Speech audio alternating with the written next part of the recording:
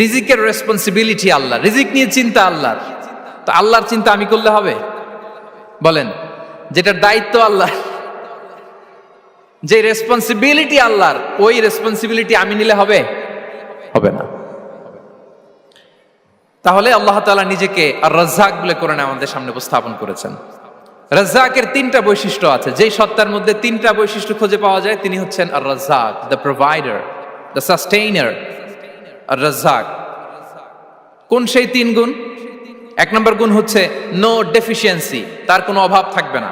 Who continuously provide sustenance to his creatures, যে লাগাতার নিয়মিত প্রতিনিয়ত তার সৃষ্টিকে রিজিক দেন এবং গোটা বিশ্বকে রিজিক সরবরাহ করতে যে তার ধনভাণ্ডারের 1 ইঞ্চিও কমে না। সুবহানাল্লাহ বিহামদি। এই যে সাইয়েদনা আদম আলাইহিস সালাম থেকে শুরু করে আপ আনটিল নাও গোটা বিশ্বের সবগুলো মানুষকে, জিন জাতিকে, পক্ষীকুল, সাগরের অতল গহ্বরে দ্য ব্লু ওয়েল, নীল তিমিগুলোকে, বিশাল মাছগুলোকে, এই সব কিছুকে যে আল্লাহ তাআলা রিজিক সরবরাহ করছেন, আল্লাহর যে ধনভাণ্ডার একটু কমে আসার কথা না এতদিনে? কি বলেন? এত হাজার হাজার বছর রিজিক দেওয়ার পরও তার ধনভাণ্ডার কমে নাই না। আল্লাহ বলে তোমাদের যার যা লাগবে, যার যা চাহিদা, যার যেটা দরকার সবও যদি দিয়ে দেই, আমি আল্লাহর ধনভাণ্ডারের 1 ইঞ্চিও কমবে না। আর Razzak যুল কুওয়াতিল মাতিন, the provider, the sustainer.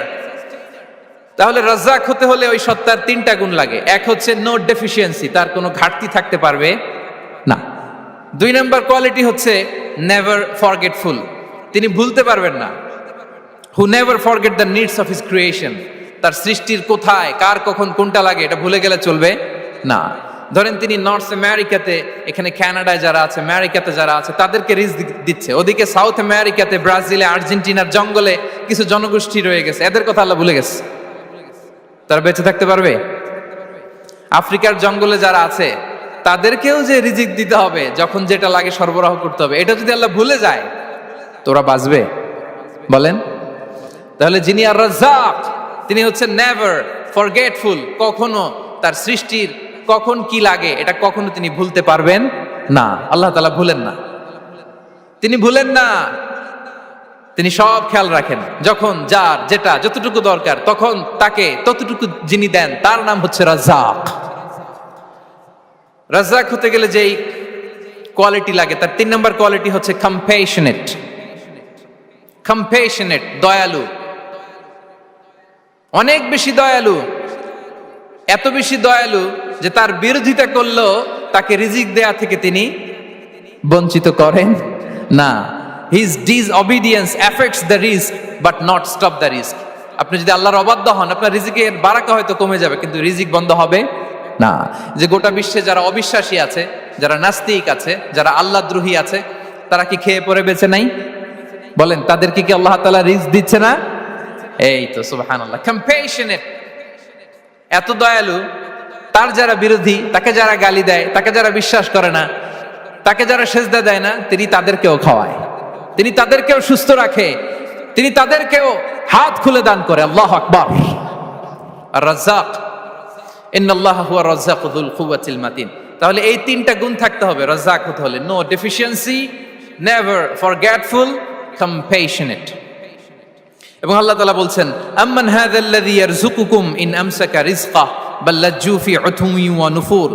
সূরাতুল মুলক আল্লাহ বলেছেন যে তিনি যদি রিজক বন্ধ করে দেয় তাহলে এই রিজক তোমাদেরকে কে দিবে? আছে কেউ দেয়ার? সূরা মুলকের শেষ আয়াতে আল্লাহ বলেছেন যে তোমরা যে সুমিষ্ট পানি খেয়ে বেঁচে আছো, এটা যদি একেবারে জমিনের অতল গহ্বরে আমি নিয়ে যাই, কে এনে দিবে তোমাদেরকে পানি? কে এনে দিবে সুমিষ্ট পানি? এজন্য বিষ্ণু ঈসা ইসলাম পানি খেয়েই তিনি পড়তেন, আলহামদুলিল্লাহিল্লাযী জাআলা হাযাল মাআ আযবান ফুরাতান বিরাহমাতিহি ওয়া লাম ইয়াজআলহু মিলহান উজাজান লিযুনুবিনা।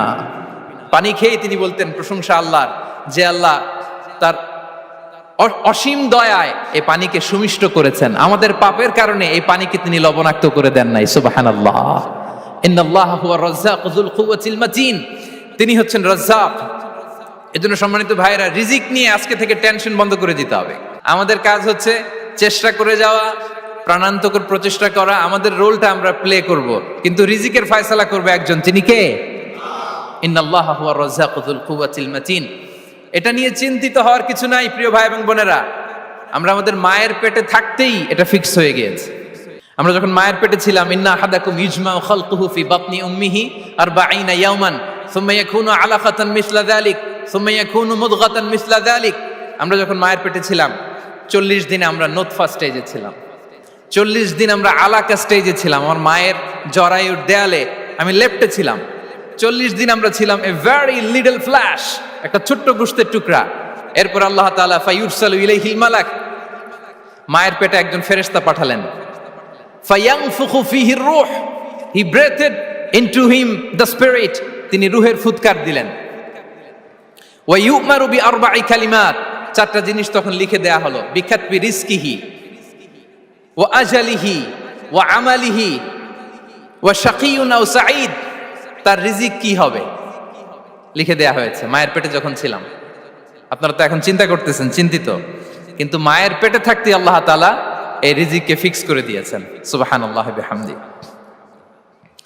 এবং যে রিজিক আমি আমার মায়ের পেটে থাকতেই আল্লাহ তাআলা লিখে দিয়েছেন, সেই রিজিক ভোগ না করে আমি কোনোদিন মরবো না। বিষ্ণু ইসলাম আমাদেরকে জানিয়েছেন, তোমার জন্য যে রিজিকের বন্দোবস্ত, যেই অ্যালটমেন্ট আছে, সেটা ভোগ না করে, উপভোগ না করে তুমি মরবে না। এবং সেটা আপনি উপভোগ করবেন, আপনার কাছেই আসবে।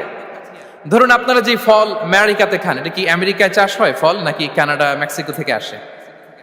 কোত্থেকে আসে? কোত্থেকে? এখানেই হয়, আবার বাইরে থেকেও আসে। Okay fine. লেটস সে আপনি যেই অ্যাপেলটা দিয়ে আজকে ব্রেকফাস্ট করলেন, যে অ্যাপেলটা আপনি খেলেন, এটা মেক্সিকো থেকে এসেছে।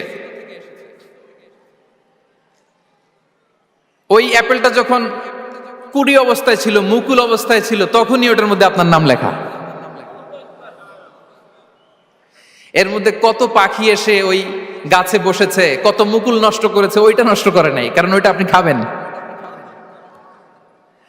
ওইটা পুষ্ট হয়ে সুন্দর একটা ফল হয়ে ইম্পোর্টেড হয়ে এটা আমেরিকাতে আসলো, আমেরিকার বাজারে। অনেক মানুষ ওই ফলটা সুপার মার্কেটে যে ধরে চড়ে নেড়ে আবার রেখে দিয়ে চলে গেছে, নেয় নেই। ওইটা সে খাবে না, কারণ ওইটা আপনার রিজিকে লেখা। ওই ফল আপনি নিয়ে আসলেন, বাসায় অনেকেই অ্যাপেল খাচ্ছে, কিন্তু ওই অ্যাপেলটা খাবে না, কারণ এটা কে খাবে? সুবহানাল্লাহ পড়তে পারলেন না মজা করে? আল্লাহু আকবার। আপনার জন্য যে রিজিক নির্ধারিত, এটা আপনিই খাবেন। এর মধ্যে আপনি মরে যেতে পারতেন, বাসা থেকে অন্য কোথাও চলে যেতে পারতেন, কিন্তু না, মরবেনও না, অন্য কোথাও যাবেনও না ওইটা খাওয়ার আগে। This is the essence of risk, this is the essence of provision, sustenance. ইন্নাল্লাহা হুয়ার রাজ্জাকু যুল কুওয়াতিল মাতিন।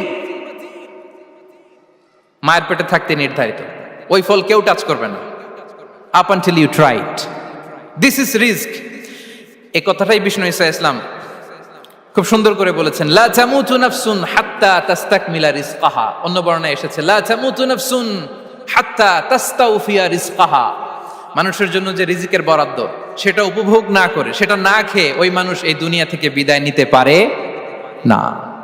তাহলে আমার রিস্ক ভোগ না করে আমি মরবো না। এবং এটা যেহেতু আপনার জন্য নির্ধারিত, এটা আপনি পাবেনই। এখন এটা কি হালাল পন্থায় আপনি পাবেন না হারাম পন্থায় পাবেন, দ্যাট ইজ ইউর ডিসিশন। আপনার রিস্ক আপনার কাছে আসবে। এটা নির্ধারিত না অনির্ধারিত বলেন তো? আমি সবার কাছ থেকে শুনবো, রিস্ক কি নির্ধারিত না অনির্ধারিত? ফিক্সড, নির্ধারিত। ফর এন এক্সাম্পল, ধরুন আপনি সারা জীবনে 1 কোটি টাকা ইনকাম করবেন। কয় কোটি? 1 কোটি টাকা ইনকাম করবেন, এটা নির্ধারিত, আল্লাহ তাআলা ফিক্স করে ফেলেছেন, এটা আল্লাহর সিদ্ধান্ত। কিন্তু এই 1 কোটি হালাল পন্থায় আপনি উপার্জন করবেন না হারাম পন্থায়, এটা আপনার সিদ্ধান্ত। So now the decision is years. যদি আপনি পরিশ্রমী হন, যদি আপনি সৎ পথ অবলম্বন করেন, তাহলে ওই 1 কোটি আসবে আপনার কাছে, কিন্তু হালাল পন্থায়। আর যদি আপনি হালাল হারাম মিক্স করেন, টেবিলের উপর দিয়েও নেন, নিচ দিয়েও নেন, আসবে কিন্তু 1 কোটি। আসবে কয় কোটি? কথা বোঝে নাই বোধহয়। টেবিলের নিচ দিয়েও যদি নেন, সারা জীবনে আপনি পাবেন কত? 1 কোটি। So now the decision is years. সিদ্ধান্ত আপনার। হালাল পন্থায় উপার্জন করবেন না হারাম পন্থায়? বলেন হালাল না হারাম? হারামের সাথে আমাদের কোনো সম্পর্ক? হারামকে আমরা এই কনভেনশন সেন্টার থেকে না বলে দিলাম, আওয়াজ করে বলুন নো। হারামের সাথে আমাদের কোনো সম্পর্ক? আল্লাহ তাআলার দেয়া বরাদ্দ রিস্ক আমরা হালাল পন্থায় উপার্জন করবো ইনশাআল্লাহ। বলেন। তাহলে মায়ের পেট থেকে নির্ধারিত হয়ে গেল, আমারটা আমি পেলাম, হালাল ভাবে আমি নিব। আরেকটা জিনিস মনে রাখতে হবে যে কেউ কারো রিজিকে ভাগ বসায় না, কেউ না। আমরা অনেকে মনে করি যে আমি ওকে দিলাম, ওকে খাওয়াইলাম, আমি বোধহয় খাওয়াইলাম। না, সে আপনারটা খায় নাই, সে তার রিজিকই খেয়েছে। আমাদের ঘরে আমাদের বন্ধু বান্ধব আসে অনেক সময়, আমাদের ঘরে অনেক সময় অতিথি আসে, তাদেরকে আমরা আপ্যায়ন করি, তাদেরকে খাওয়াই। আসলে সে আমারটা খায় না, সে কারটা খায়? তার নিজেরটাই খায়। বিষ্ণু ইসলাম এটা খুব সুন্দর করে বলেছেন। ওনার কাজিন চাচাতো ভাই আব্দুল্লাহ ইবনে আব্বাসকে একদিন অনেক নাসিহা করছিলেন। করতে করতে এক পর্যায়ে তিনি বললেন, ওয়া আলাম, ইবনে আব্বাসকে বলছেন, ওয়া আলাম আন্না মা আসাবাকা লাম ইয়াকুন লিইখতিআক ওয়া মা আখতাআকা লাম ইয়াকুন লিইউসিবাক। আব্দুল্লাহ, জেনে রেখো, যেটা তুমি পাওয়ার এটা তুমি কোনোদিন হারাবা না। যেটা তোমার হওয়ার কথা ছিল ওটা তুমি কোনোদিন মিস করবা না। আর যেটা তুমি পাওয়ার কথা না, গোটা বিশ্বের সব শক্তিকে হাতের মুঠোয় আনলেও সেটার দেখা তুমি পাবে না, পাবে না। ওয়া আলাম আন্নামা আসাবাকা লাম ইয়াকুন লিইখতিআক ওয়া মা আখতাআকা লাম ইয়াকুন লিইউসিবাক রুফিআতিল আকলাম ওয়া জাফফাতিস সুহুফ। আব্দুল্লাহ, রিজিক নিয়ে চিন্তিত হয়ো না, রিজিক নিয়ে পেরেশান হয়ো না। প্লে ইউর রোল, রিজিক ইজ ফিক্সড। যেটা তুমি পাওয়ার তুমিই পাবা, যেটা তুমি পাওয়ার কথা না, চেষ্টা করেও সেটা তোমার কাছে আসবে না। সম্মানিত সুধী, এ পর্যায়ে আমরা জানবার চেষ্টা করব যে কিসে রিজিক বাড়ে, কি করলে রিজিকে ভরপুর বারাকা হয়, রিজিকের চাবিকা ঠিক কোথায়, কোন পথে চললে রিজিকে ভরপুর বারাকা হবে, আমার জীবনে বরকত নেমে আসবে রিজিকে। এটা জানতে মনে যাচ্ছে না আমাদের? হ্যাঁ, কষ্ট হচ্ছে আপনাদের? কষ্ট হচ্ছে? তাহলে কি করলে রিজিকে ভরপুর বারাকা হয়, কি করলে আমার জীবনে ভরপুর বারাকা নেমে আসে, এই পয়েন্টটাতে আমরা একটু আলোকপাত করি। যেসব কাজ করলে আমাদের জীবনে রিজিকে আসমানি বারাকা নেমে আসবে, আমাদের রিজিকে আসমানি বারাকা নেমে আসুক, আমরা চাই কি চাই না? সবাই আমরা চাই নিশ্চয়ই। যে কাজ করলে রিজিকে আসমানি বারাকা আসে, এর এক নাম্বার হচ্ছে তাকওয়াল্লাহ, আল্লাহর ভয়। আল্লাহ তাআলা বলছেন, ওয়া ইয়াত্তাকিল্লাহা ইয়াজআল লাহু মাখরাজা ওয়া ইয়ারযুকহু মিন হাইসু লা ইয়াহতাসিব। যে আল্লাহকে ভয় করে, যে আল্লাহ সচেতন, আল্লাহ তাকে মাখরাজ, মাখরাজ মানে কি জানেন? ওই যে এক্সিট লেখা না এদিকে, এই এক্সিটকে আরবিতে বলে মাখরাজ, মানে কোথাও আটকাবেন না, বের হওয়ার রাস্তা আছে, কোথাও আটকাবেন না, বের হওয়ার রাস্তা আল্লাহ তাআলা অ্যারেঞ্জ করে দিবেন। You will have the way out from crisis. ক্রাইসিসে পড়লে, সংকট মোমেন্টে আল্লাহ তাআলা ওখান থেকে এক্সিটের ব্যবস্থা আপনাকে করে দিবেন। ওয়া ইয়ারযুকহু মিন হাইসু লা ইয়াহতাসিব, এমন জায়গা থেকে আল্লাহ তাআলা রিজিকের ব্যবস্থা করবেন যে সে কল্পনাও করে নাই। এরকম অনেক সময় হয় না যে আমি ভাবিও নাই যে এখান থেকে আমার রিজিকের বন্দোবস্ত হতে পারে, কোত্থেকে যে রিজিক চলে আসলো, এরকম জীবনে মাঝে মাঝে হয় কি হয় না? ব্যবস্থা করেন কে? যারা আল্লাহ তাআলাকে ভয় করে, যারা আল্লাহ সচেতন, তাদেরকে আল্লাহ তাআলা স্পেশাল রিজিক দিয়ে ধন্য করেন। তাকওয়াল্লাহ। পুরো কোরআনের মূল শিক্ষা কি? পুরো ইসলামের এসেন্স কি, জিস্ট কি, সারাংশ কি যদি আমাকে জিজ্ঞেস করা হয়, আমি বলবো তাকওয়াল্লাহ, আল্লাহর ভয়, আল্লাহর সচেতনতা। আল্লাহ ইজ ওয়াচিং মি, আল্লাহ ইজ অবজার্ভিং মি। আল্লাহ তাআলা আমায় দেখছেন, আমি যাই করি না কেন, দরজা বন্ধ করে, জানালা বন্ধ করে, সব বন্ধ করেও যদি করি, পৃথিবীর সবার চোখ ফাঁকি দেয়া গেল, আল্লাহর চোখ ফাঁকি দেয়া যায়?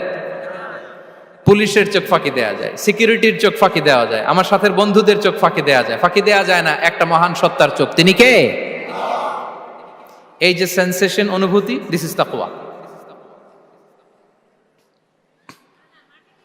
এই অনুভূতিটার নামই হচ্ছে তাকওয়া, যে আমি যাই করি, যেভাবে করি, যখন করি, কেউ দেখে না, কিন্তু দেখে কে? কেউ যেটা দেখে না সেটা দেখে কে? দিস ইজ তাকওয়া।